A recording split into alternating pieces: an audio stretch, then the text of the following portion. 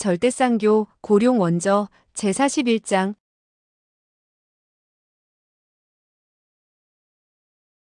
40일 유랑강호 복도 끝에는 낡고 자그마한 방이 하나 있었다. 그 방 가운데는 난로에 불이 피워져 있었고 물 한 주전자가 올려져 있었다. 그 귀먹은 벙어리 노인은 불가에 주저앉아 물이 끓기를 기다리고 있었다.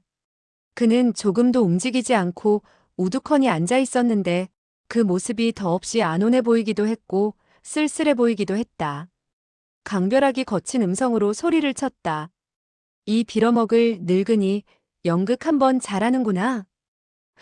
그러나 이제 너의 정체를 알았으니 죽일 수밖에 없다. 그가 노인에게 다가가 손바닥으로 노인의 머리를 치려는 순간이었다. 마침 이때 노인은 고개를 쳐들더니 웃음 띤 얼굴로 물주전자를 가리켰다. 그는 마치 이렇게 말하는 것 같았다. 물이 이미 끓었습니다. 제가 즉시 차를 올리겠습니다. 강별하게 손은 힘없이 그의 어깨에 살며시 내려왔다. 만약 이 노인이 자기의 말을 들었다면 웃는 모습이 이토록 다정하고 천진할 수 있을까? 그는 끝내 이 노인을 죽이지 못한 것이다. 그러나 어떤 사람들은 죽음 앞에서도 이토록 다정한 웃음을 웃을 수 있다. 예를 들면 소어와 같은. 한편 소어와는 달빛에 드러난 화무결의 얼굴을 쳐다보고 있었다. 실로 조금도 나무랄 데 없는 준수한 얼굴이었다. 또한 천하의 소녀들이 꿈속에서 그리는 연인의 얼굴이 바로 그 모습일 것이다. 소어와는 그를 바라보다가 불쑥 말을 던졌다. 당신의 그 무결이란 이름이 당신에게 더없이 어울린다는 것을 알고 있소? 당신은 실로 남을 부러워할 필요가 있는 것이 하나도 없소. 당신은 명성이 가장 높고 가장 고귀한 무림성지의 출신일 뿐만 아니라 젊고 준수한 용모도 가졌으며 뛰어난 무공도 지니고 있으니 말이오. 그는 잠시 말을 멈추었다가 다시 이었다. 당신은 무공으로 강호의 모든 사람을 굴복시킬 수 있고 용모와 품위로 천하의 모든 여성을 반하게 할 수 있으니 실로 나무랄 곳이 없소. 여기까지 말한 그는 고개를 갸우뚱거리며 웃음 띤 얼굴로 또 말을 이어갔다. 누가 나에게 이 세상에서 가장 완벽한 사람이 누구냐고 묻는다면 나는 서슴지 않고 그 사람이 바로 당신이라고 대답할 것이오. 화무결의 입가에 엷은 미소가 번졌다. 칭찬해 주어서 고맙소. 그러나 당신에게도 하나의 결점이 있음을 나는 비로소 발견한 것 같소. 그래요? 그것은 바로 감정이란 것이오. 사람들은 흔히 말하기를 인간은 감정의 동물이라 하는데 당신에게는 그것이 없소. 난 당신의 몸속에 흐르는 피가 아주 차가울 것이라 생각하오. 화무결은 이러한 말을 듣고도 아무렇지 않은 듯 입가에 미소를 지을 뿐이었다. 그래요? 소어와는 그의 이러한 대답에 불만을 느낀 듯 큰 소리로 외쳤다. 왜? 틀렸다고 생각하오? 당신은 사랑이 무엇인지 또한 원한이 무엇인지 알고 있소? 당신은 사랑과 원한의 맛을 본 적이 있소? 그는 이렇게 말하는 한편 화무결을 향하여 성큼성큼 걸어가면서 다시 말을 이었다. 당신은 아마 걱정을 해본 적도 없을 것이오. 노, 병, 사, 가난, 실망, 슬픔, 수치, 분노 이 모든 것을 겪어보지 못한 사람이 기쁨의 진미를 알 수 있을 까닭이 없지. 이렇게 말한 그는 긴 한숨을 내쉰 후 다시 입을 열었다. 진실한 사랑과 원한을 느껴보지 못한 이상 고통과 기쁨도 없겠지.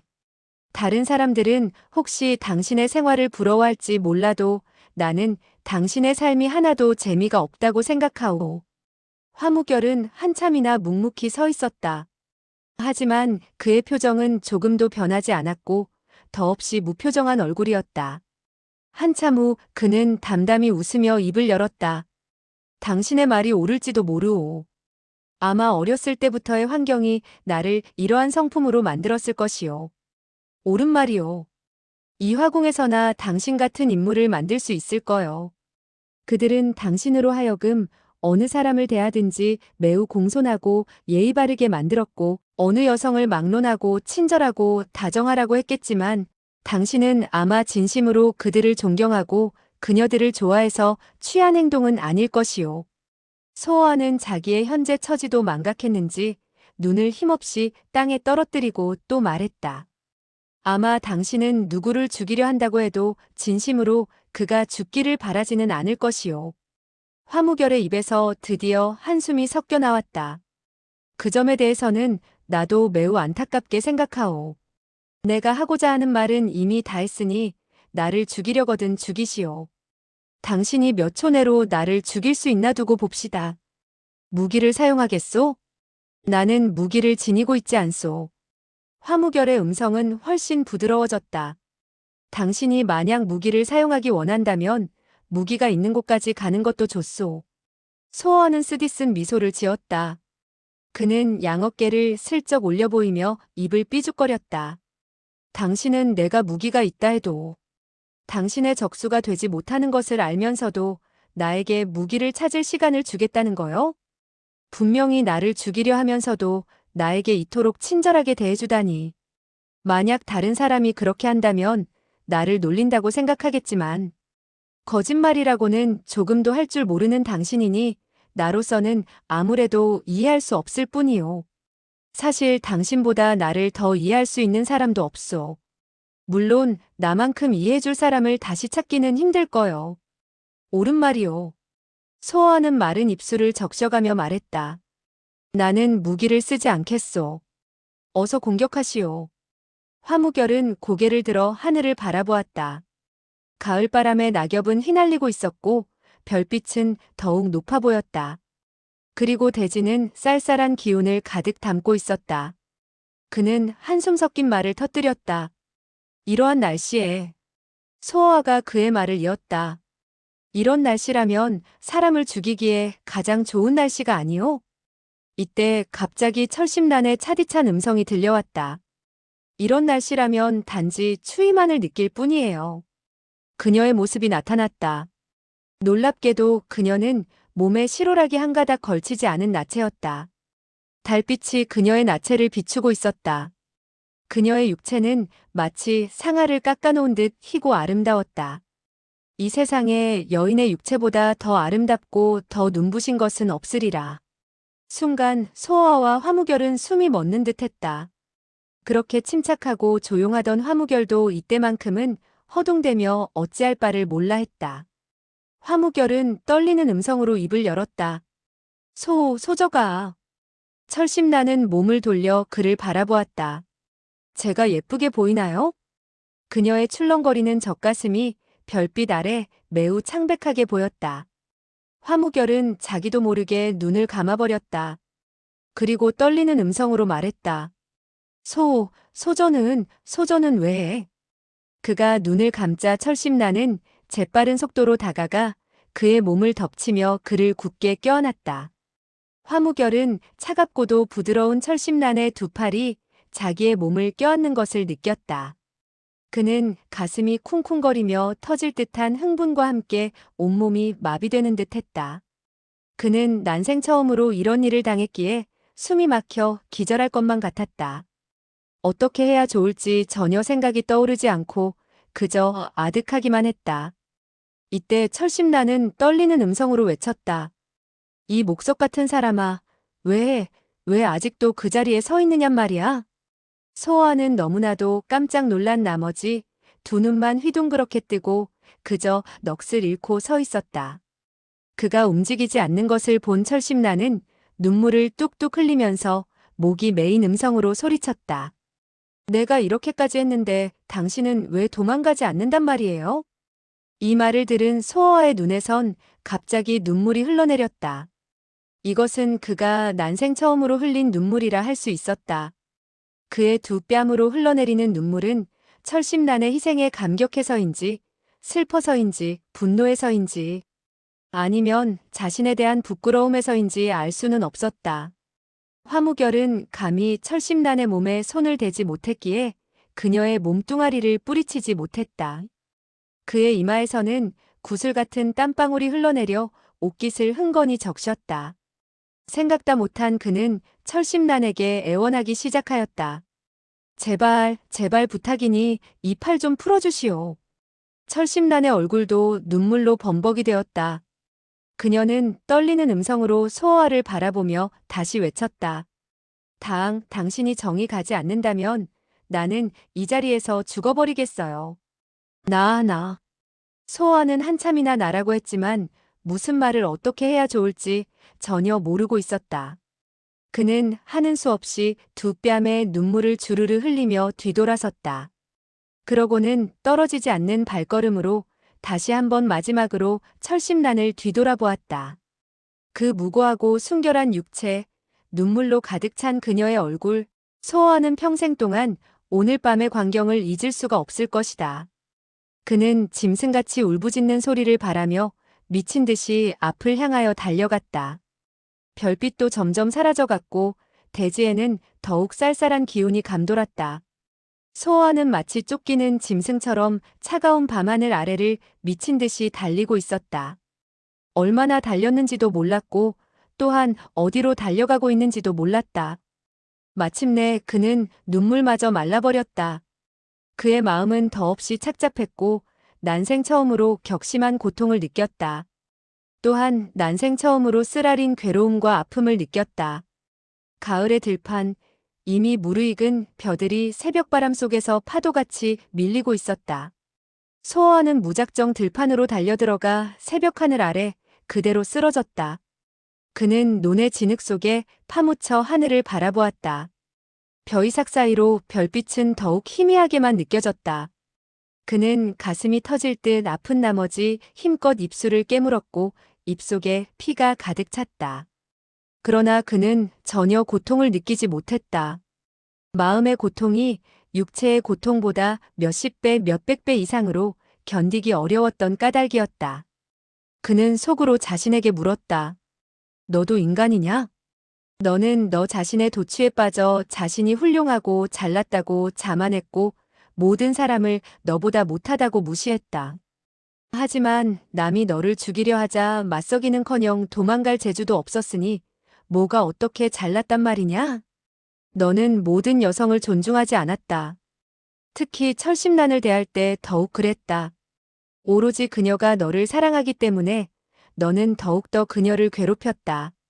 하지만 그녀는 너를 구하기 위해 여자로서 가장 아끼는 육체마저 버렸다. 그 희생을 무엇으로 갚을 수 있겠는가?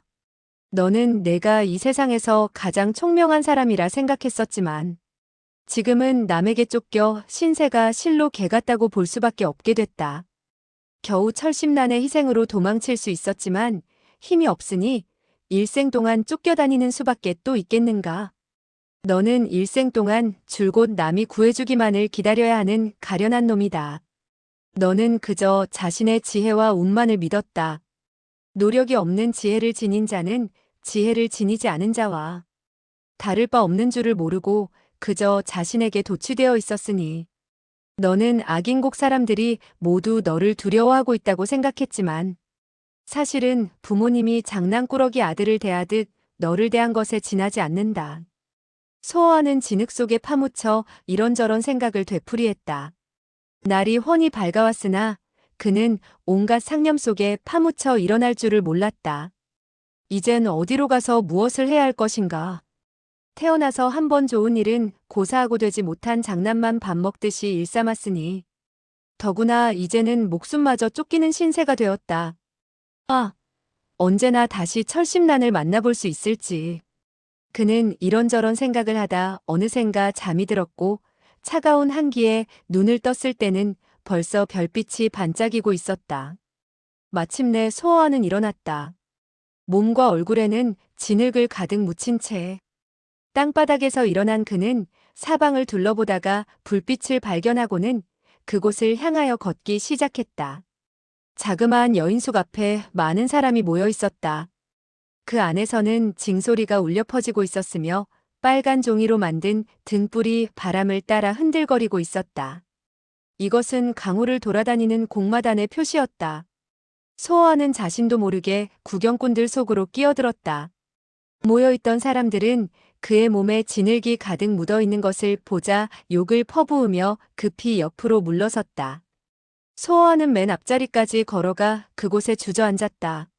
무대에서는 빨간 옷차림에 양쪽으로 머리를 딴 큰 눈을 가진 소녀가 밧줄 위를 걸어 다니고 있었고, 다른 사람들은 징을 울리며 재주넘기를 하고 있었다. 소아는 비록 맨 앞에 앉았지만 눈앞에서 무슨 재주를 부리고 있는지 전혀 눈에 들어오지는 않았다. 그는 단지 너무나도 쓸쓸해서 남들 사이에 끼어든 것뿐이었다. 얼마나 시간이 흘렀을까? 그는 사람들의 박수 소리와 동전이 땅에 떨어지는 소리를 들었다. 사람들이 흩어지기 시작했고 고개사들도 짐을 챙기기 시작했다. 그 빨간 옷차림의 소녀는 마치 공주처럼 아무 일도 하지 않고 물을 마시고 있었다. 그녀는 눈썹을 찌푸리며 소어아를 잠시 바라보더니 갑자기 품에서 동전을 꺼내어 소어아의 앞에다 던져주고는 돌아섰다. 소어아는 아직도 정신을 못 차렸기에 돈을 준 것도 몰랐다. 고개단도 떠나가기 시작했다. 홍해 소녀는 하늘을 바라보는 척하며 소어아의 옆을 지나치다가 발로 가볍게 동전을 소어아에게 밀어주었다. 어른들은 웃으며 오늘 번 돈으로 얼마만큼의 고기를 살 수 있고 얼마만큼 술을 받을 수 있나 서로 얘기하고 있었다. 내일은 또 다른 날이다. 그들은 내일을 걱정하지 않았다. 설사 내일 큰 불행이 닥쳐와도, 설사 내일은 먹을 쌀이 없다 해도 걱정하지 않고 오늘만큼은 즐기는 것이 그들의 인생이었다. 이 얼마나 호탕한 사람들인가. 소어아가 지금 가장 바라는 생활이 바로 이런 내일을 약속하지 않는 생활이었다. 그는 동전을 줍고는 그들 뒤를 따라갔다. 얼마 안 가서 강물이 그들의 앞을 가로막았다. 강가에는 배 한 척이 매여 있었는데 이것이 바로 그들의 집이었다. 이 유랑하는 사람들은 이런 부초 같은 생활을 해왔던 것이다. 푸른색 옷차림의 노인이 짐을 배에다 옮기는 것을 지휘하고 있었다. 그는 나이가 비록 60이 넘는 것 같았지만 몸은 젊은이처럼 건장했다. 그의 생활은 비록 천할지 몰라도 왠지 얼굴에는 형용하기 어려운 위엄이 도사리고 있었다. 이자가 필시 이 고계단의 단장인 듯했다. 소어아는 돌연 그의 앞으로 달려가 공손하게 큰절을 하며 예를 갖추었다. 할아버님, 저도 데리고 가주시지 않겠습니까? 그 노인은 소어아를 잠시 동안 바라보더니 빙그레 웃었다. 고개사의 길은 험하고 고생스러운 것이란다. 또한 재주도 있어야 한단 말이다. 고생은 이미 각오하고 있습니다. 하지만 너는 무슨 재주로 관중들에게 나서겠단 말이냐? 소어아는 잠시 동안 생각에 잠기더니 노인을 보며 천진스럽게 대답했다. 재주넘기요. 재주넘기? 고개사라면 그 누가 재주넘기를 못한단 말이냐? 재주넘기는 가장 간단하고 가장 관중들의 흥미를 끌지 못하는 것이야. 야독자, 내가 몇 번 넘어봐라. 노인의 말이 떨어지자 눈썹이 짙은 건장한 소년이 웃음 띤 얼굴로 걸어나와 옷소매를 걷어올리고 단숨에 서너 번을 넘었다. 소어아는 눈을 깜빡거리며 물었다. 당신은 최대한으로 몇 번이나 할 수 있지요? 그 야독자란 소년이 말했다. 약 2, 30번은 거뜬히 하죠. 나는 100번, 200번을 할 수 있습니다. 그 노인은 소어아의 말을 듣고 또 웃었다. 그러나 그의 웃음은 조금 전과는 달리 매우 진지해 보였다. 그래? 단숨에 80번을 넘을 수 있는 사람은 내가 젊었을 때 본 적이 있지. 그가 바로 이씨 고계단의 단장이었는데 그가 칼을 맞아 부상을 입은 후 그런 재주를 지닌 사람은 아직까지 없었어. 그런데 내가 정말로 그렇게 많이 넘을 수 있단 말이냐? 네. 저는 160번이라도 할 수 있습니다. 노인은 껄껄 웃었다. 160번이 아니라 80번만 넘을 수 있다면 충분히 고개사가 될 자격이 있지. 우리의 생활은 비록 부유하진 못해도 고기와 술은 있으니 즐겁게 살 수는 있단다. 그의 말이 끝나기도 전에 소어아는 이미 재주넘기를 시작했다. 그는 어릴 때부터 약을 먹고 자랐기 때문에 몸이 실로 무쇠와도 같았다. 그의 무공은 절정고수라 할 수는 없었지만 재주넘기만은 더없이 쉬운 일이었다. 그가 30번을 넘자 사람들이 사방을 둘러싸기 시작했고 60번을 넘었을 때는 박수갈채를 보냈다. 80번을 넘어서자 놀라 박수갈채마저 잊고 입을 벌리고 있었다. 그 홍해 소녀는 남들보다 더욱 놀랐고 흥겨운 나머지 눈에서 밝은 빛이 새어나왔다. 소어는 100여 번을 넘고서야 몸을 멈추었다. 이만하면 되겠습니까? 충분하다, 충분해. 야독자를 따라가서 세수하고 옷을 갈아입어라. 우리 야식을 하자꾸나. 지금부터 너는 우리 해씨 고계단에 가입한 것이다. 소어는 무슨 생각에서인지 갑자기 고개를 숙여 슬픔에 잠긴 표정을 지었다. 양친께서 돌아가신 지 얼마 안 됐습니다. 저는 3년 동안 상을 치르겠다고 맹세를 했지요. 그래서 저는 3년 내로 절대로 세수할 수 없습니다. 노인의 입에서는 저절로 한숨이 새어나왔다. 불쌍한 아이, 너는 참으로 효자로구나. 내가 데리고 있는 애들은 모두 나를 아버지라 부르니 너도 앞으로 그렇게 불러라. 그날부터 소어는 해가반에 가입했고 매일같이 제주넘기를 하며 나날을 보냈다. 그는 비로소 이 고계단의 고계사들이 거의 다 단장의 자식 혹은 조카들임을 알았다. 그 야독자란 소녀는 그의 6째 아들이었고 실력 또한 가장 좋은 자였다. 그 홍해 소녀는 고계단의 주인공이었고 이름은 해홍주였다. 단장이 50살 되던 생일날에 낳은 딸이었다. 소어는 제주넘기 외에는 아무 일에도 참견하지 않았고 매일같이 밥 먹을 시간엔 밥을 먹고 잠잘 때면 잠을 자고 제주넘기 할 때는 제주넘기를 할 뿐 그저 멍하니 구석에 앉아 있을 뿐이었다. 그러나 그가 그렇게 멍하니 앉아 있을 때 무공 중에서도 가장 신비하고 아는 사람이 드문 요점을 생각하고 있다는 것은 아무도 몰랐다. 그는 무공 비급을 완전히 외우고 있었다. 자신이 남에게 쫓겨다니는 것이 오직 무공이 약해서라고 생각한 그는 밤마다 남들이 잘 때를 이용하여 살며시 강가에 올라가 인기척 없는 곳을 찾아 철저히 무공을 연마하곤 했다. 다른 사람들은 그가 수상하면서도 바보 같다고 느꼈지만 그의 제주넘기가 많은 손님을 끌었고 버은 돈 또한 나눠달라고 하지도 않았기에 그의 게으름마저도 용서할 수 있었다. 남들은 모두 그를 해소태라 불렀다. 고계단은 떠돌이 생활을 하고 있기에 양자강 이쪽 끝에서 저쪽 끝으로 대륙의 동쪽에서 서쪽으로 남쪽에서 북쪽으로 흘러다녔다. 소어는 도대체 자기가 어느 곳을 경유했는지조차 모르며 날을 보냈다. 세월은 유수 같았다.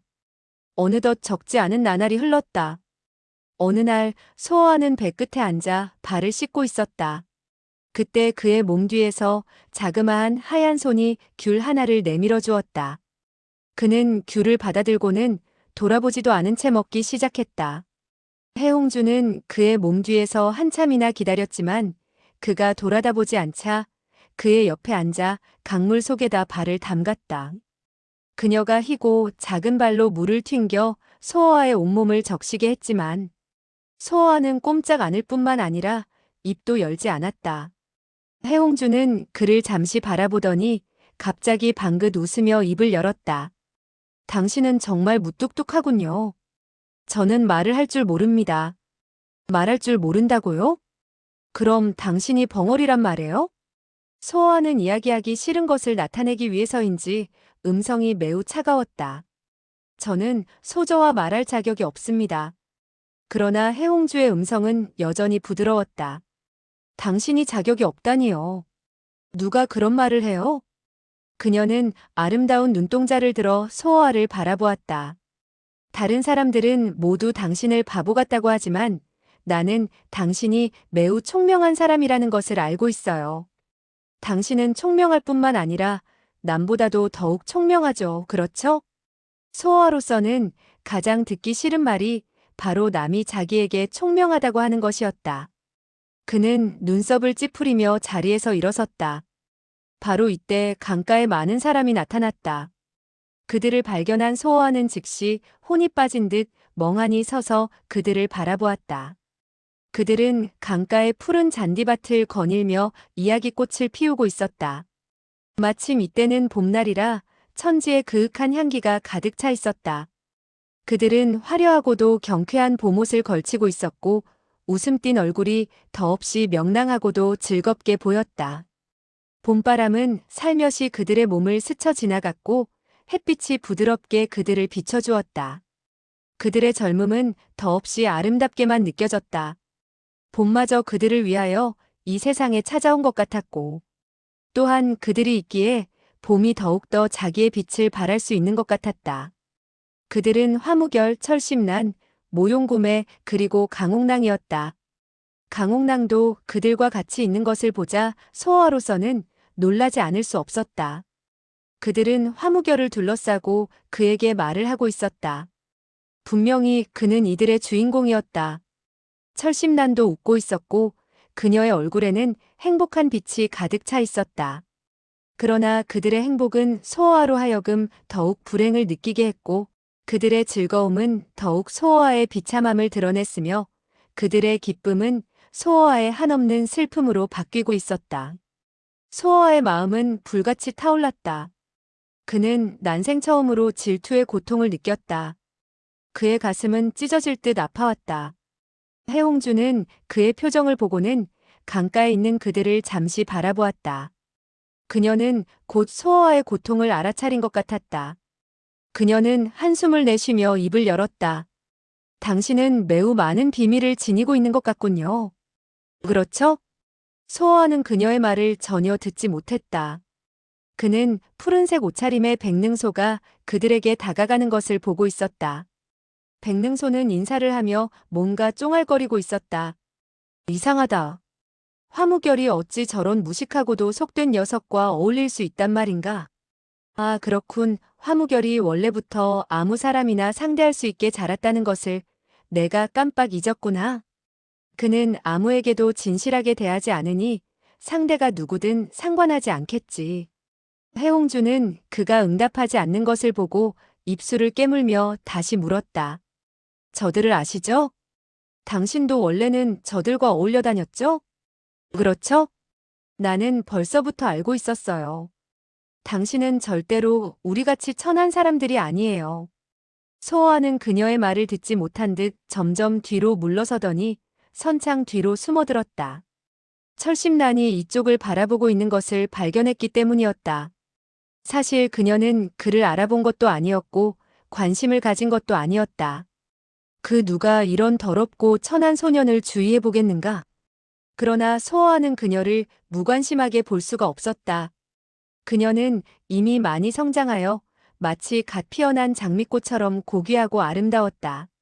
한편 모용구매는 더욱더 가냘파져서 마치 국화와 같았다. 그녀는 장미처럼 아름답지는 못했지만 다른 그윽한 품위를 풍기고 있었다. 그녀의 눈은 옛날보다 커졌고 옛날과 같은 예리한 빛을 찾아볼 수는 없었다. 대신 까닭 모를 애수에 잠겨 있었다. 해홍주는 살며시 소호아의 앞으로 다가섰다. 어느덧 그녀의 눈동자 속에도 모용구매와 같은 애수가 서려 있었다. 그녀는 그 눈동자로 소호아를 바라보며 말을 했다. 나는 지금에야 비로소 당신이 나에게 무관심한 이유를 알았어요. 나는 당신과 말할 자격도 없겠죠. 그렇죠? 내가 어떻게 저 아가씨들과 비교가 되겠어요? 그녀들은 저토록 고귀하고 나는 이토록 천한데 말입니다. 봄바람이 포근히 불어오고 있었지만 선창 뒤는 매우 서늘하고 어두웠다. 소호아는 갑자기 그녀를 껴안더니 뜨거운 입술로 그녀의 입술을 덮쳤다. 그의 피는 이미 들끓고 있었고 더 이상 억제할 수가 없었다.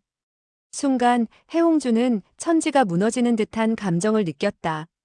그녀는 눈을 감았다. 아련한 상태에서 그녀는 자신이 뜨거운 불길 속에 뛰어들어간 것 같이 온몸이 타오르는 것을 느낄 뿐이었다. 그녀는 자신의 영혼마저 완전히 녹아버린 것 같이 느껴졌다.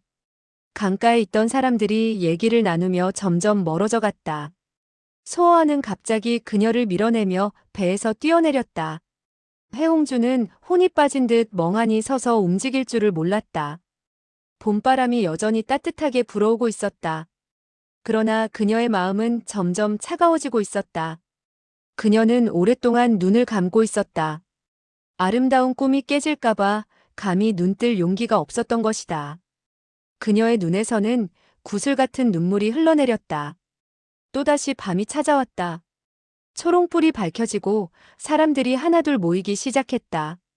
단장은 자기의 그 특이한 우렁찬 음성으로 손님을 끌고 있었다.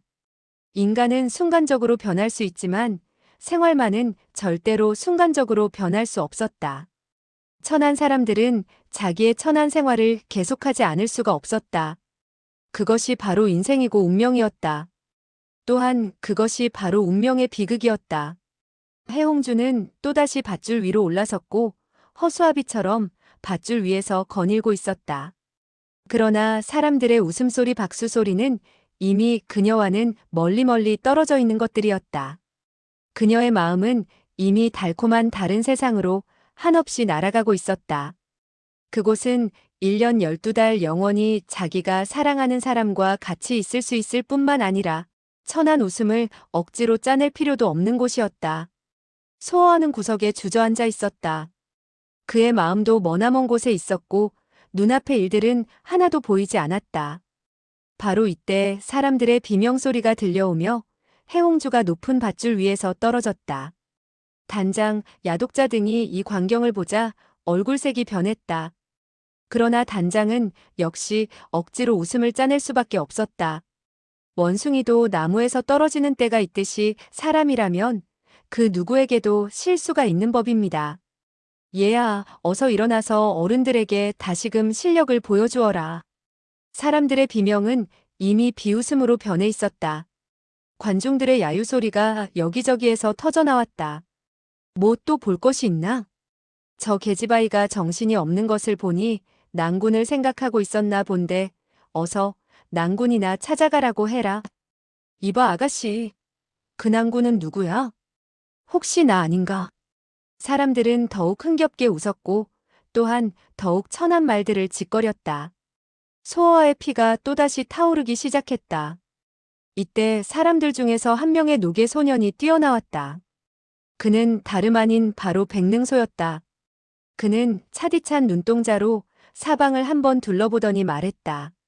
누가 또다시 이 소녀에게 무례를 범한다면 내가 당장 그의 혀를 뽑아놓겠다. 다른 사람이 그의 뒤를 따라 나와 사나운 음성으로 외쳤다. 나는 그의 눈을 파놓겠다. 그자는 다름 아닌 홍삼금도 이명생이었다. 그들이 나타나자 장내는 즉시 조용해졌다. 아기는 언제나 두려움을 받는 존재였다. 단장은 급히 달려가 절을 했다. 도와주셔서 감사합니다. 백능소는 거드름을 부렸다. 별것 아니오. 그는 품에서 큰 은덩어리를 꺼내어 땅에다 던지며 말을 이었다. 보아하니 당신들은 오늘도 수고만 한 모양인데 이 돈으로 술이나 받으시오. 이명생도 큰 소리로 말하며 한 걸음 나섰다. 이 돈이면 10항아리의 술을 받을 수 있어. 우리 형님께서 왜 이렇게 많은 돈을 주는지 알고 있겠지? 이 말을 들은 단장은 얼굴색이 크게 변했지만 즉시 웃음 띤 얼굴로 바꾸었다. 얘야, 빨리 와서 어른들에게 고맙다고 인사를 올려라. 해홍주의 얼굴은 불같이 타올랐다. 그러나 할 수 없이 걸어와 고개를 숙였다. 감사합니다, 공자님. 단장은 눈썹을 치켜 올리며 호통을 쳤다. 목소리가 그렇게 작아서야 누가 알아듣겠냐? 백능소는 오만불손한 얼굴에 한 가닥의 웃음을 떠올리며 음성이 부드러워졌다. 괜찮다, 괜찮아. 아가씨들은 얌전한 맛이 있어야지. 이명생도 옆에서 껄껄 웃었다. 남자들이 좋아하는 것이 바로 그 점이야. 그는 갑자기 해홍주의 손을 잡아당겼다. 우리 형님이 너를 좋아하니 따라가서 술이나 권해드려라. 이 말을 들은 해홍주는 얼굴색이 하얗게 변했고 온몸을 떨기 시작했다. 단장은 억지로 웃음을 자아냈다. 우리 이 아이는 아직 나이가 어리니 2, 3년이 지난 후 공자님을 모시게 하면 어떻겠습니까? 이 말을 들은 이명생은 괴상한 웃음을 터뜨렸다. 뭐? 2, 3년 후의 말이냐? 우리 형님은 조금도 기다릴 수 없단 말이다. 이때 야독자가 참다 못해 달려와 큰 소리로 외쳤다. 그 손을 놓아라. 그러나 그는 말을 채 끝내기도 전에 이명생에게 얻어맞고 바닥에 쓰러졌다. 이명생은 야독자에게 일격을 가한 후 사나운 음성으로 입을 열었다. 좋게 말할 때 고분고분 들어라. 안 그러면 재미없어. 백능소는 빙긋빙긋 웃고 있었다. 순순히 따라오지 그래. 그는 갑자기 양손을 내밀어 해홍주의 얼굴을 만지려 했다. 해홍주는 놀라며 울음을 터뜨렸다. 이때 한 사람이 성큼성큼 다가오며 거칠게 외쳤다. 누가 감히 이 소녀를 데려간단 말이냐? 그 목소리를 듣자 해홍주의 눈에서는 즉시 빛이 솟아났다. 소아가 나타난 것이었다. 이제 해홍주는 죽으라고 해도 서슴지 않고 죽을 수 있는 용기가 생겼다. 이명생은 짙은 눈썹을 치켜세우며 껄껄 웃었다. 이 더러운 자식, 죽고 싶어서 환장을 했나? 그는 소어아의 얼굴을 향하여 일격을 가했다. 그러나 그의 손은 소어아의 몸에 닿기도 전에 낚여 잡히고 말았고, 곧 우두둑 하는 소리와 함께 부러지고 말았다. 그는 처참한 비명을 지르며 주저앉았다. 소어아는 사나운 음성으로 외쳤다. 꺼져라. 그는 손을 번쩍 들어 이명생의 그 몇백 근이나 되는 몸뚱아리를 10여 장 밖으로 던져버렸다. 이 일격은 그를 죽일 수는 없었다 해도 중상을 입히기에는 충분한 것이었다. 사람들은 다시금 놀라움의 비명을 질렀고 백능소는 얼굴색이 크게 변하며 장검을 빼어들고는 소어아의 가슴을 향하여 일격을 가했다. 소어아는 몸을 약간 비틀며 달려들어가 백능소의 가슴을 향하여 일격을 가했다. 그의 이 일격은 결코 전력을 다한 것이 아니었지만 백능소는 비명소리를 지르며 입에서 검붉은 피를 뿜어냈다. 그는 힘없이 땅바닥에 쓰러졌다. 푸른색의 옷 위에 빨간 피가 번졌다. 사람들은 사방으로 도망가기 시작했다. 큰일 났다. 사람이 죽었다. 소어아는 멍하니 서 있었다. 그는 자기의 무공이 이토록 진전된 것을 모르고 있었던 것이었다. 사람들의 비명이 그에게 정신이 들게 했다. 그는 자기가 다시는 해씨 고계단에 숨어 있을 수가 없게 됐다는 것을 알았다. 그는 망설이지 않고 밖으로 달려나갔다. 해홍주는 그가 달려가는 것을 보자 급히 쫓아가며 울부짖는 음성으로 외쳤다. 나 좀 기다려요. 그러나 소어하는 뒤도 한번 돌아보지 않은 채 어둠 속으로 사라졌다. 해홍주는 비틀거리며 땅바닥에 쓰러지고 말았다. 그녀의 눈은 눈물로 가득 찼다. 그녀는 목을 놓고 통곡하기 시작했다. 그는 갔어요. 그는 영원히 내 곁에 돌아오지 않을 거예요. 단장은 급히 달려와 해홍주를 부축했다. 그의 수많은 인생의 경험이 쌓인 늙은 얼굴에는 많고 많은 복잡한 감정이 드러나고 있었다. 그것은 놀라움이고 기쁨이며 또한 적지 않은 슬픔이기도 했다. 그는 자기 딸의 머리를 쓰다듬으며 중얼거렸다. 그는 영원히 돌아오지 않을 것이다. 그는 원래부터 우리에게 속하지 않는 사람이었으니 어떻게 그를 붙잡아둘 수 있겠니? 해홍주는 계속 울부짖었다. 그러나 저는 그를 잊을 수 없을 거예요. 제발 부탁이니 아버님이 그를 좀 찾아주세요. 단장은 긴 한숨을 내쉬었다. 너로서는 참는 수밖에 없다. 그와 같은 사람은 나뿐만 아니라 이 세상 어느 누구도 붙잡아 놓을 수 없을 것이다. 그러니 그를 잊어라. 다시 그를 만날 기회가 없을 것이니 말이다. 해홍주는 아버지의 말을 듣자 숨마저 제대로 쉬지 못하고 비통하게 가슴을 쥐어뜯었다. 영원히 자기가 사랑하는 사람과 만날 수 없다는 것, 그것은 그 누구에게도 견딜 수 없는 고통일 수밖에 없었다.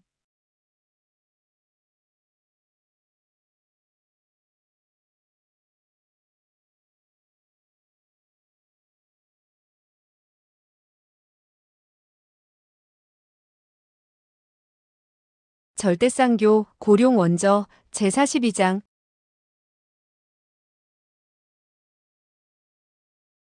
42. 주방의 소어아. 소어아는 단숨에 10여리를 달린 후 어느 황막한 강가에 쓰러졌다. 그날 밤 역시 별빛이 밝은 밤이었다. 그는 일을 벌이고 나자 마음이 조금 후련해지는 것 같았다. 그러나 또 다른 무거운 것이 그의 가슴을 짓눌렀다. 그는 자기가 이대로 가버린다면 필시 해홍주에게 마음의 상처가 될 것을 알고 있었다.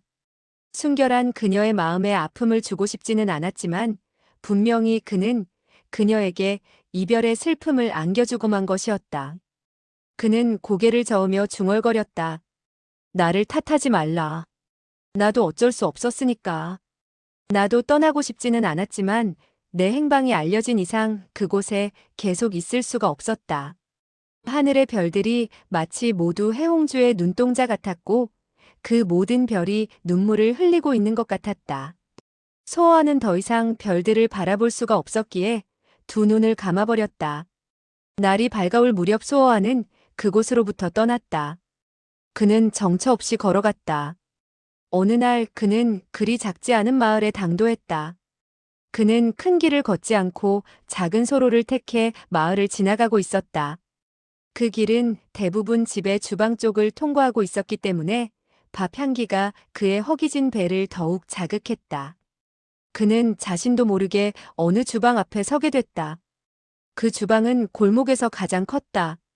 그는 멍하니 그곳에 서서 한참이나 꼼짝하지 않았다. 그때 주방에서 갑자기 물이 쏟아져 나와 그의 온몸을 적셨다. 주방의 뒷문에서 동그란 얼굴 하나가 내밀렸다. 미안하다. 내가 너를 보지 못했구나. 괜찮습니다. 그 동그란 얼굴은 웃으며 다시 들어갔다. 찻잔 두 잔을 비울 시간이 지난 후 그 동그란 얼굴이 다시 나타났다. 그는 소호와가 아직도 그 자리에 서 있는 것을 발견하자 해주기 웃었다. 밥이 조금 있으니 와서 먹지 그래. 소호와는 싱긋이 웃었다. 좋습니다. 감사합니다. 그는 조금도 부끄러워하지 않았고 사양하지도 않았다. 그는 안으로 들어가 단숨에 8그릇의 밥을 먹어치웠다. 배불리 먹은 그는 자리에서 일어났다. 감사합니다. 그 동그란 얼굴을 가진 사람은 줄곧 소호와의 행동을 지켜보고 있었다.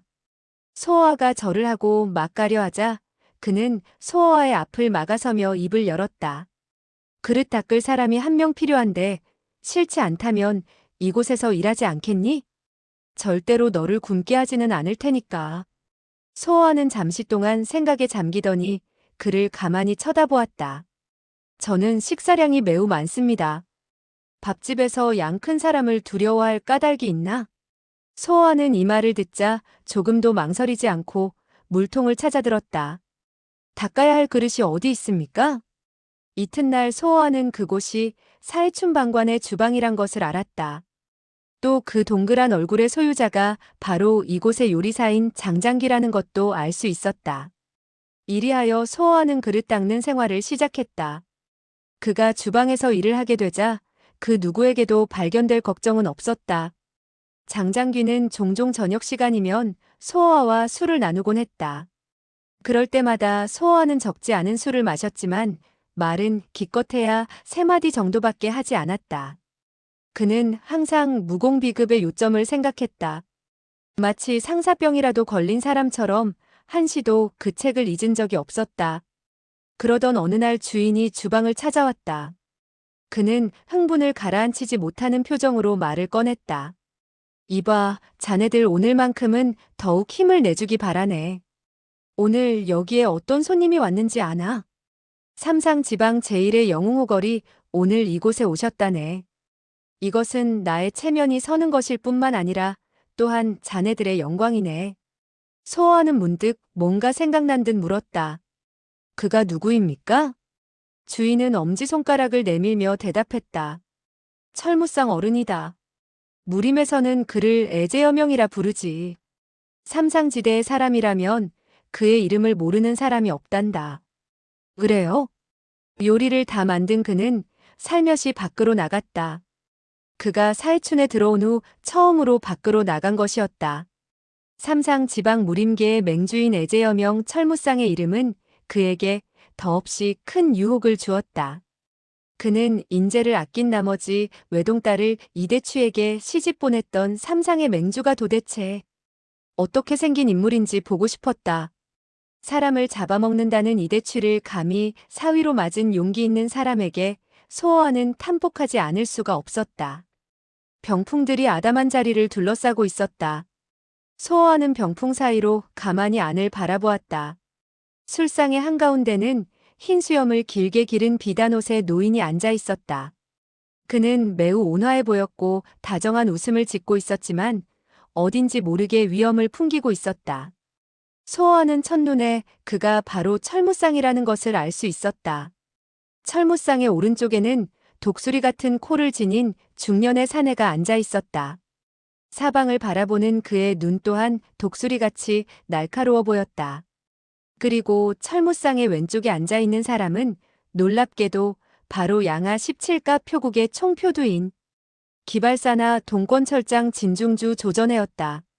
소호하는 이자가 아미산 뒷산에 있는 동굴에서 자기를 옥노선배라고 불렀던 일을 생각하자 웃음이 터져나오는 것을 간신히 참았다. 그러나 가장 소호와의 눈을 끈 것은 철무쌍의 뒤에 공손히 서 있는 두 명의 자의 소년이었다. 그들은 나이가 20살 안팎 정도로밖에 보이지 않았고 매우 공손한 태도를 하고 있었지만 소호와는 첫눈에 그들이 이 좌석에 있는 모든 사람보다 뛰어난 무공을 지니고 있다는 것을 느낄 수 있었다. 왼쪽에 있는 자의 소년은 짙은 눈썹에 눈이 컸고 거무스름한 얼굴이 마치 검은 표범과 같았다. 오른쪽에 있는 자의 소년은 준수한 얼굴에 글공부를 깊이 한 선비와 같은 인상이었지만 눈초리만은 칼날같이 예리했다. 두 소년은 술주전자를 들고 철무쌍을 대신하여 좌석에 앉아있는 손님들에게 술을 권하고 있었다. 그들은 철무쌍의 자식이 아니면 필시 그의 제자인 것 같았다. 술이 몇 순배 돌자 조전해가 갑자기 자리에서 일어나 사방을 향하여 인사를 하더니 입을 열었다. 저는 오늘 철로 선배님의 초청을 받고 이곳에 왔습니다. 마음껏 즐기고 얌전하게 돌아가는 것이 도리인 줄은 알고 있습니다만 하고 싶은 말이 있기에 이렇게 일어섰습니다. 철무쌍은 수염을 쓰다듬으며 웃음 띤 얼굴로 말했다. 좋소. 하고 싶은 말이 있으면 마음껏 해보시오. 곁에 있던 독수리 같은 사내가 한마디 거들었다. 조총표두께서 할 말씀이 있으시다니 저희가 어찌 감히 듣지 않겠습니까? 조전에는 말을 시작했다. 단합비 선생께서 관외에 운반하고자 하는 은은 우리 양하 연표가 먼저 맡은 것입니다. 이 사실은 무림계의 사람들이 모두 알고 있는 일입니다. 독수리 같은 사내가 미소를 지으며 답했다. 옳은 말씀이요. 저도 그런 말을 들었습니다. 조전에는 다시 가라앉은 목소리로 말을 이었다. 이어 총표두께서도 그 사실을 알고 계셨다면 어찌하여 그 거래를 뺏어가셨습니까? 나는 오래전부터 형사능 여봉이 의리 있는 영웅이라는 말을 들었소. 그런데 형사능 여봉은 담담하게 입을 열었다. 고객은 물건을 비교하는 법, 이는 무림계의 도의와는 아무런 관계도 없소. 우리가 찾아간 것도 아니고 단합비께서 우리 삼상표련에게 부탁을 했는데 나보고 받지 말라는 말이오? 조전에는 격노한 목소리로 외쳤다. 그렇다면 우리 양하 연표가 당신의 삼상표련보다 못하단 말이오. 여봉은 만만치 않았다. 나는 그렇게 말하지 않았지만 고객이 그렇게 보는데 나보고 어쩌란 말이오? 조전에는 너무나도 흥분한 나머지 몸을 부르르 떨었다. 좋다, 좋아. 그는 갑자기 철무쌍을 향하여 절을 하며 소리쳤다. 철어른께서는 삼상표련과 매우 두터운 관계가 있으시니 옳고 그른 것을 판단하시라고 부탁드리지는 않겠습니다. 하지만 그는 주먹을 쥐고 큰 소리로 외쳤다. 하지만 삼상표련이 이토록 우리 양하 연표를 무시하니 저는 더 이상 참을 수가 없습니다. 특히 저 여씨란 놈을. 여봉은 냉소하며 그의 말을 가로챘다. 나를 어쩌겠단 말인가? 어디 두고 보자. 내가 이 원한을 갚지 않는다면 성을 갈겠다. 철무쌍은 자리에서 일어나며 껄껄 웃었다. 조총표두께서는 너무 흥분하지 말고 내 술부터 받으십시오. 조전에는 철무쌍이 주는 술을 단숨에 들이켰다. 철어른. 철무쌍은 손을 들어 그의 말을 막았다. 노부는 삼상지대에서 자랐기 때문에 삼상의 무림계에 속하는 사람이라면 거의 다 노부와 관계가 있다고 할 수 있어. 여봉 또한 따지고 보면 노부의 조카쯤 됩니다. 이 자리에서 노부가 표도를 화나게 하고 보낸다면 노부가 겨우 얻은 명성이 완전히 무너지는 것이 아니겠소? 이 말을 들은 조전에는 표정이 점점 어두워졌다. 철어른의 뜻은 저를, 노부의 뜻을 모르겠단 말이오? 조전의 손은 자기도 모르게 칼을 잡게 되었고 그의 옆에 앉아있던 4명의 대한도 또한 자리에서 일어났다. 여봉의 얼굴에는 냉소가 가득 찼고 눈동자 또한 칼날같이 예리하게 빛났다. 조전에는 또박또박 말했다. 철어른께서는 저를 이곳에서 못 나가게 할 작정입니까? 철무쌍은 껄껄 웃었다. 노부는 단지 표도를 이곳에 남겨서 몇 마디를 해주고자 하는 것뿐이요. 그는 갑자기 여봉에게 눈길을 돌리며 정색을 했다. 노부가 만약 자네에게 그 거래를 양하 연표에게 돌려주라고 한다면 자네는 어떻게 하겠나? 여봉의 안색은 크게 변하였다. 생각 밖의 얘기라는 눈치였다. 그것을. 노부는 절대 억지로 자네 보고 물러서라고 하지는 않겠네. 그러나 지금의 일은 분명히 자네의 잘못이라고 알고 있어. 자네가 만약 나의 제안을 받아준다면 노부는 형산에 있는 그 차밭을 삼상표련의 영토로 돌려놓겠네. 강호에서는 인과 의가 가장 중요한 것이니 심사숙고한 후 행동을 취하기 바라네. 여봉은 한동안 생각에 잠기더니 긴 한숨을 내쉬었다. 어른께서 하신 말씀을 제가 어찌 듣지 않겠습니까? 그러나 그 차밭은 어른의 얼마 남지 않은 재산이니 감히 받을 수가 없습니다. 철무쌍은 여전히 껄껄 웃었다. 그까짓 재산이 뭐가 그리 대단하단 말인가? 조전에는 한참 동안 침묵을 지키다가 얼굴을 붉히며 폭언의 예를 하였다. 철어른께서는 이토록 인자하고 의리가 드높은데 저는 그토록 참으로 부끄럽습니다. 이 거래는 삼상표련이 맞도록 하십시오. 여봉의 굳었던 표정이 그제야 누그러졌다. 별 말씀 다 하십니다. 이 거래는 분명히 양하 연표가 먼저 맡았으니 양하 연표가 해야지요. 조총표두께서 만약 더 이상 사양한다면 저는 더욱 부끄러워질 뿐입니다. 두 사람은 얼마 전만 하더라도 서로 잡아먹을 듯 싸움을 하고 있었는데 지금은 도리어 서로 사양을 하고 있으니 병풍 뒤에 숨어서 보는 소어아로서도 감탄을 아니 할 수 없었다. 과연 철무쌍은 무림계를 영도하는 사람답구나. 한바탕의 큰 싸움을 순식간에 저지했을 뿐만 아니라 그들을 사양할 줄 아는 군자로 만들었으니 참으로 감탄을 아니 할 수가 없다. 이때 다시 철무쌍의 목소리가 들려왔다. 두 분이 정이토록 사양한다면 이 거래를 양하 연표와 삼상표련이 같이 맞는 것이 어떻겠소? 이 말을 들은 조전해와 여봉은 모두 찬성하며 기쁨을 감추지 못했다. 소어와는 더 이상 볼 것이 없다고 생각하여 주방으로 돌아가려 했다. 이때 조전해가 여봉에게 술잔을 건네며 말했다. 형, 이번 일이 무사히 성공하길 빌면서 축배를. 그러나 그는 말을 완전히 끝내기도 전에 얼굴의 근육이 갑자기 한 곳으로 몰렸다. 잠시 후 그는 사지의 근육이 경직되며 땅바닥에 쓰러지고 말았다. 그를 따라온 4명의 대하는 이 광경을 보자 급히 그의 곁으로 달려가 그를 부축했다. 큰일 났다. 독이다. 총표두께서 중독되셨다. 철무쌍의 안색도 크게 변했다. 이 어떻게 된 일이냐? 조전해의 부하 중 한 명이 노한 음성으로 소리쳤다. 이것이 어떻게 된 일인지 당신들이 모른단 말이오.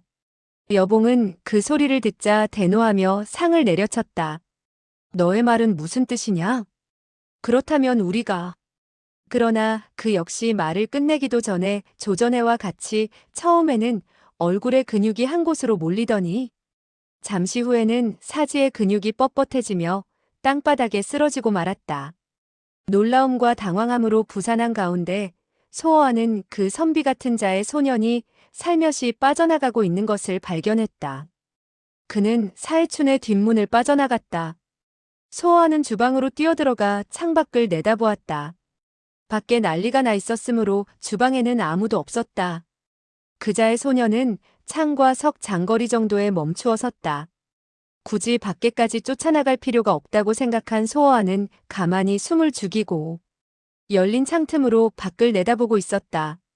잔운, 풍곤잔운. 암호가 오간 뒤 어둠 속에서 사람의 인형이 나타났다. 그 사람은 흑의를 걸치고 있었고 또한 검은 복면을 뒤집어 쓰고 있었다. 그는 낮은 음성으로 물었다. 성공했나? 네, 성공했습니다. 잘했다. 그 흑의인의 말소리를 들은 소어아는 귀에 많이 익은 목소리임을 알아차렸다. 소어아는 그들의 얘기를 더 자세히 듣기 위해 창가에 더욱 가까이 다가서다가 그만 그릇 하나를 건드려 떨어뜨리고 말았다. 곧 흑의인과 자색 옷의 소년이 주방으로 뛰어들어왔다. 소어아는 일부러 바닥에 그릇을 주워들고 낭패한 표정으로 말했다. 큰일 났군. 오늘 벌써 그릇을 3개나 깨뜨렸으니 분명 경을 칠 거야. 그런데 당신들은 뉘시오? 왜 남의 집에 함부로 말도 없이 들어오는 거요? 소어아는 그럴듯하게 연극을 했다. 흑의인과 자색 옷의 소녀는 아무 말도 없이 소어아를 한동안 쳐다보다가는 몸을 돌려 문을 나섰다. 그러나 그 순간 흑의인이 갑자기 돌아서더니 몸을 날려 소어아의 등에 있는 신추혈을 점해왔다. 이 신추혈은 척중혈 위에 위치하고 있는 사람 몸의 사혈 중 하나였다. 소어아는 피할 생각을 하지 않고 혈도의 위치를 옆으로 약 반 촌쯤 옮겼다.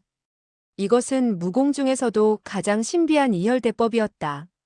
흑의인은 그 일격이 분명히 소어아의 신추혈에 맞았고 또 그가 소리조차 내지 않고 쓰러진 것을 보자 필시 죽은 것이라고 생각하였던지 냉소를 터뜨렸다. 왜 이곳에 머물러 있었나? 이것은 내가 자진해서 택한 것이니 나를 원망하지는 말아라. 자의 소년도 따라 웃으며 한마디 거들었다. 이놈은 자기가 어떻게 죽었는지도 모르는데 어떻게 원망하겠습니까? 흑의인은 웃음을 그치자 잔잔한 목소리로 입을 열었다. 신분을 잘 감추고 들키지 않도록 조심해라. 알고 있습니다. 남의 의심을 사지 않게 어서 가보아라.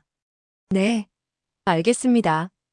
그들은 갈라서 각자의 길을 갔다. 그들은 주방에서 일하는 일꾼이 이토록 신비하고도 오랫동안 실전된 무공을 지니고 있다는 것을 꿈에서도 생각지 못했을 것이다. 그들은 그저 자기들이 처리한 이번 일이 아무에게도 들키지 않았다고만 생각했을 뿐 다시 소어아를 살펴보려고 조차 하지 않았다. 소어아는 아직도 땅바닥에 쓰러져서 마치 죽은 사람처럼 꼼짝하지 않았다. 그렇지만 그의 생각만은 한시도 중단되지 않았다. 저 흑의인의 음성이 강옥랑과 매우 닮았다. 만약 저 녀석이 정말 강옥랑이라면 철무상의 제자가 그와 무슨 관련이 있을까?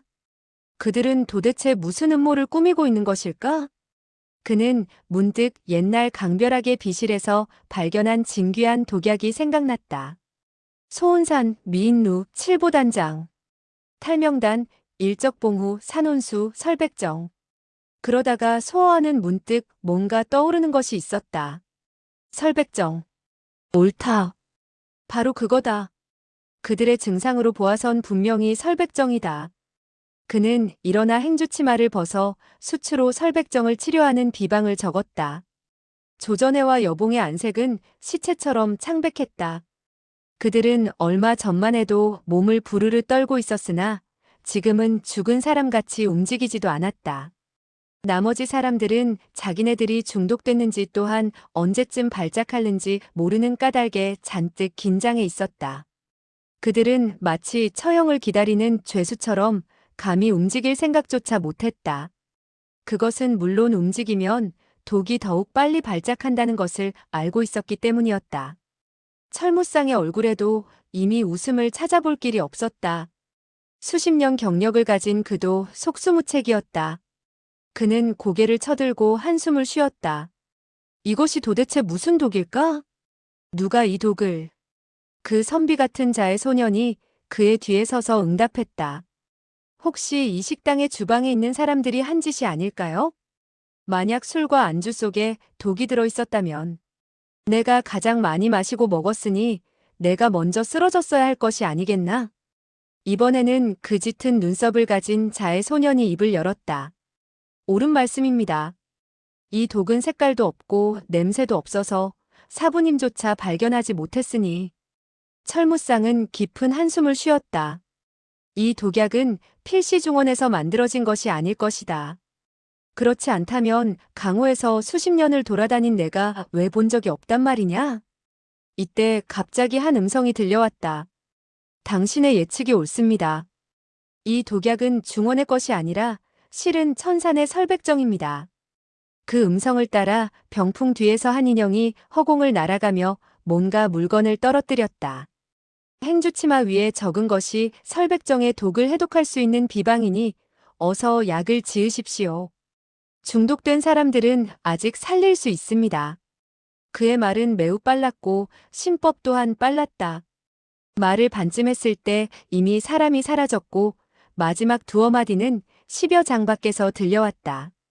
객실에 있던 사람들은 모두 안색이 변했다.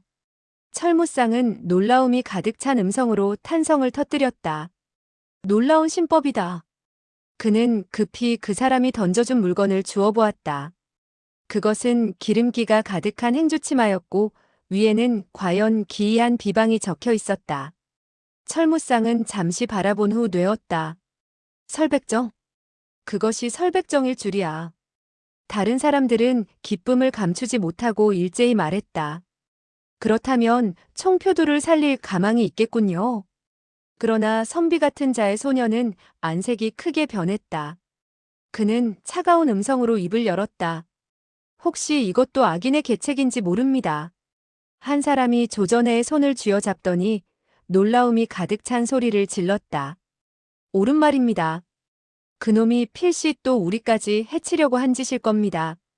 설백정은 중독된 사람의 몸이 얼어야 할 터인데. 그런데 총표두의 몸은 뜨겁습니다. 철무쌍은 낮은 음성으로 대꾸했다. 모르는 소리 하지 마라. 사람이 얼어 죽기 전에는 춥다고 느끼지 않을 뿐만 아니라 도리어 불 속에서 타 죽는 듯한 감을 느끼는 법이다. 이런 감각은 친히 겪어보지 못한 자는 알 수가 없다. 선비 같은 자의 소년이 물었다. 사부님께서 어떻게 알고 계십니까? 내가 얼어 죽을 뻔한 적이 있기 때문이다. 그자의 소년은 고개를 숙이고 감히 더 이상 입을 열지 못했다. 하지만 그의 눈은 살며시 그 기름기가 가득한 행주치마를 바라보고 있었다. 소어는 이미 마을을 벗어났다.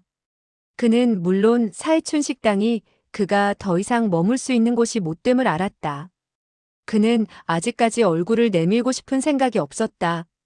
그는 기다리고 있었다. 자기가 나타나자마자 무림을 떠들썩하게 할 수 있는 날을 기다리는 것이었다. 남들에게 소어아가 도대체 어떠한 사람인가를 보여주고 싶었던 것이다. 그는 또다시 목적 없이 며칠을 돌아다녔다. 사흘째 되는 날 밤 그는 또다시 강가에 도착했다. 흘러가는 강물을 바라보며 그는 자신도 모르게 발길을 멈추었다. 그는 혹시 다시 한번 그 고개사들을 실은 낡은 배를 보고 싶었던 것이 아닐까? 비록 천한 생활을 하면서도 인격만은 조금도 천하지 않은 사람들을 다시 보고 싶었던 것은 아닐까? 해홍주의 그 맑고 큰 눈동자를 다시 보고 싶었던 것은 진정 아닐까? 강물 위에는 배가 적지 않았지만 그 낡아빠진 배만은 찾아볼 길이 없었다. 그들은 어디로 갔을까? 아직도 유랑을 하고 있겠지. 소어하는 홍 빠진 사람처럼 멍하니 한참이나 움직일 줄 몰랐다. 이때 갑자기 그의 몸 뒤에서 사람의 옷이 바람에 스치는 소리가 들렸다. 오래 기다리게 했소. 소어하는 매우 이상하게 여겼지만 고개를 돌리지도 않았고 입도 열지 않았다. 그 사람은 또다시 말했다. 왜 홀로 오셨소? 나머지 두 분은 어디에 계시오? 소어하는 역시 입을 열지 않았다. 그 사람은 짜증이 난 눈치였다. 왜 대꾸하지 않는 것이오? 소어하는 그때서야 고개를 돌리며 웃음 띤 얼굴을 했다. 그댁들은 아마 사람을 잘못 봤나 봅니다. 그는 앞에 서 있는 세 사람을 볼 수 있었다. 왼쪽에 있는 사람은 키와 몸집이 모두 크고 빨간 옷을 걸치고 있었다. 놀랍게도 그는 다름 아닌 이명생이었다. 가운데 의젓하게 생긴 사람은 바로 이명생의 부친인 금사 이적이었고, 오른쪽에 위치한 사람은 자색 얼굴에 짧은 수염을 길렀는데 그가 바로 자면사 이정이었다. 이 세 사람을 본 소호와는 놀라지 않을 수 없었고 안색마저 변했다.